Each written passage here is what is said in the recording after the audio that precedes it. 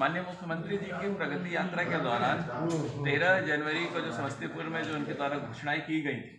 उनको सबको अमल में लाने के लिए सारी कार्य योजनाओं को कर लिया गया है। विगत कैबिनेट की बैठक में सभी जितने हमारे जिलों की घोषणा थी उनको क्रियान्वयन देने के लिए कैबिनेट की स्वीकृति मिल गई है। आज इनके बारे में आप लोगों को जानकारी देने के लिए ये प्रेस कॉन्फ्रेंस बुलाया गया है। शहर की जो सबसे प्रमुख समस्या थी, जो रेलवे के दोनों फाटक थे जिन पे जाम लगता था, आप सब जान रहे हैं कि दोनों फाटक के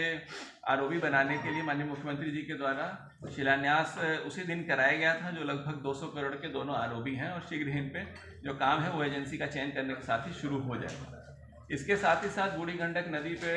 जो पुल है हमारा सिंगल पुल था, जिसमें आने जाने की वजह से जाम लगता था, उसी जगह पे उसी के बगल में एक अतिरिक्त पुल लगभग 44 करोड़ रुपए का सैंक्शन हुआ है, जिससे कि वन वे व्यवस्था के तहत एक पुल आने के लिए और एक पुल जाने के लिए रहेगा। इससे जो शहर के जो उत्तरी और दक्षिणी भाग हैं जो बूढ़ी गंडक नदी से बटे हुए हैं, उस पर आवागमन सुगम होगा और जो दरभंगा समस्तीपुर का जो मुख्य मार्ग है उस पर भी जाम से काफ़ी राहत मिलेगी। साथ ही साथ जो शहर में पर्यटन की सुविधाओं को और बढ़ाने के लिए और लोगों को बाहर निकलने के लिए मुक्तापुर मुहिम पे जो निर्माण का कार्य कराना है जीर्णोद्धार का, वो भी 4 चरणों में स्वीकृत हुआ है। उसके पहले चरण का जो कार्य है वो उसका डीपीआर करीब फाइनल हुए और उसमें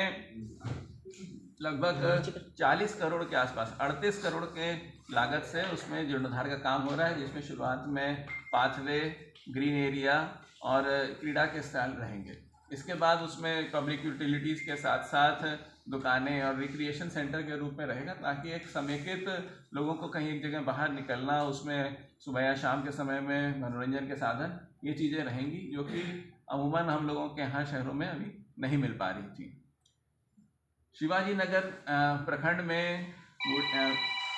जो शंकर घाट है उसके ऊपर आरसीसी पुल का निर्माण भी स्वीकृत हुआ है, जिससे कि उधर के एरिया में लोगों को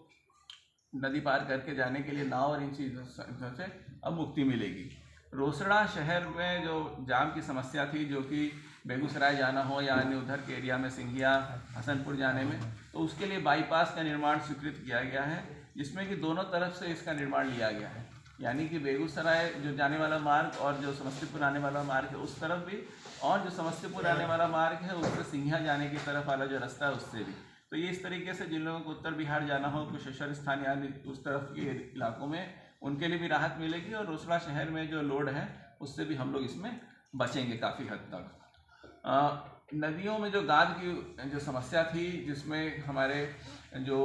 बाढ़ भी बड़ प्रभावित हो रही थी और जो खेती की ज़मीन थी उसमें भी पानी आ रहा था, उसको भी सरकार की तरफ से बहुत इस बार विशेष ध्यान दिया गया है और लगभग 322 करोड़ रुपए की राशि से बलान और जमुआरी नदी में उसकी उगाही का काम इस बार स्वीकृत किया गया है। ये आने वाले समय में इसमें निविदा प्रकाशित होने के पश्चात कार्य शुरू होगा और जो दक्षिण पार्ट जो हिस्सा है हमारे ज़िले का, वहाँ के किसानों के लिए ये काफ़ी लाभदायक रहेगा। साथ ही साथ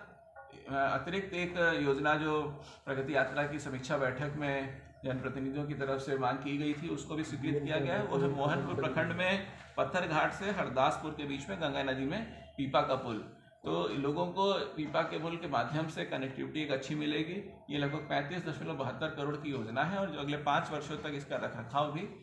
योजना के साथ ही किया जाएगा। इस तरीके से जो लोगों को आगे बढ़ाने के लिए लोगों की जो आवश्यकताएं थी, ज़रूरतें थी, उनको ध्यान में रखते हुए सरकार ने इसमें बहुत ही महत्वपूर्ण ये कार्य किया है और मात्र 15 से 20 दिनों में सभी योजनाओं के बारे में डीपीआर तैयार करते हुए उन सबों को कैबिनेट से अप्रूवल मिल गया है। शीघ्र ही इन सभी योजनाओं पर काम शुरू होगा और मुझे पूरा उम्मीद है कि लोगों की जो आकांक्षाएं हैं उस पर सरकार पूरा उतरेगी। विधायक, स्थानीय विधायक के जो बयान आया था बीच में कि बिना डीपीआर के ही जो है शिलान्यास भुलाटाइज कर दिया गया, जिसके वजह से जिला वासियों के बीच संशय की स्थिति बन गई। तो क्या लगता है कि पुल का निर्माण होगा? नहीं, देखिए, कोई भी परियोजना का अगर शिलान्यास हो रहा है, मैं बताना चाहूँगा कि उसमें सारी चीज़ें प्रक्रिया पूरी करने के पश्चात ही किया जाता है। अगर किन्हीं को इसमें शक है तो वो संबंधित कार्यालय से इसमें जानकारी ले सकते हैं। यानी जो शहर में जो जाम की समस्या थी, भोला टाकीज और मुक्तापुर, वो उसका डीपीआर सब तैयार हो गया और जल्द ही जी हाँ, बिल्कुल, उसमें वर्क एजेंसी भी चयनित हो गई है, उसमें आगे की प्रक्रिया है वो जल्दी शुरू होगी, सॉइल टेस्टिंग और अन्य प्रक्रिया। सर मोहनपुर से एक मामला आ रहा है बाढ़ के राशि को लेकर सर जी कि उसमें घोटाला कर लिया गया, दूसरे जहाँ बाढ़ नहीं आता वहाँ भेज दिया। नहीं, इस तरीके का एक मामला मेरे भी संज्ञान में कल आया है माननीय विधायक जी के माध्यम से। उसमें हम लोग मोहनपुर और मोहद्दीनगर दोनों प्रखंड में जितने भी बाढ़ राहत में इस तरह की राशि का वितरण हुआ है उसके जांच कराने के लिए दल गठित किया गया है और ये लगभग 15 से 20 दिन में इसमें रिपोर्ट मिलेगी। सर